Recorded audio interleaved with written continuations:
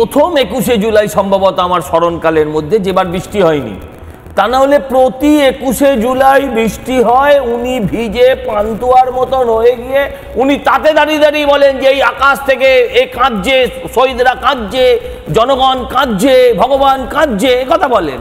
আজকে উনি বলছেন সেট দাওনি কেন? আচ্ছা আপনি আমায় বলুন তো, যদি আপনার বৃষ্টি থেকে বাঁচতে গেলে চাদর লাগে তাহলে ছাতা নিয়ে বেরোন কেন? আপনাকে এটা ভাবতে হবে তো।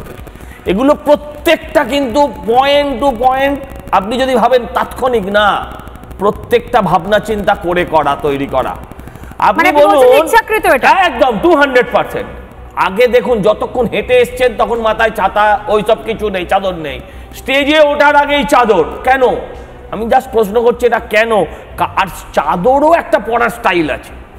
চাদর আপনি যদি নেন, আমি যদি নিই, আমার বাড়ি আমরা ঘুমটাও নাই বলছি ওনার স্টাইলটা আমি দেখিনি শুন, এরম ভাবে নিয়ে এখান থেকে কানটা ফাঁক করে বার করে রেখে পেছন দিকে, এই যে স্টাইলটা, এটা কাদের স্টাইল?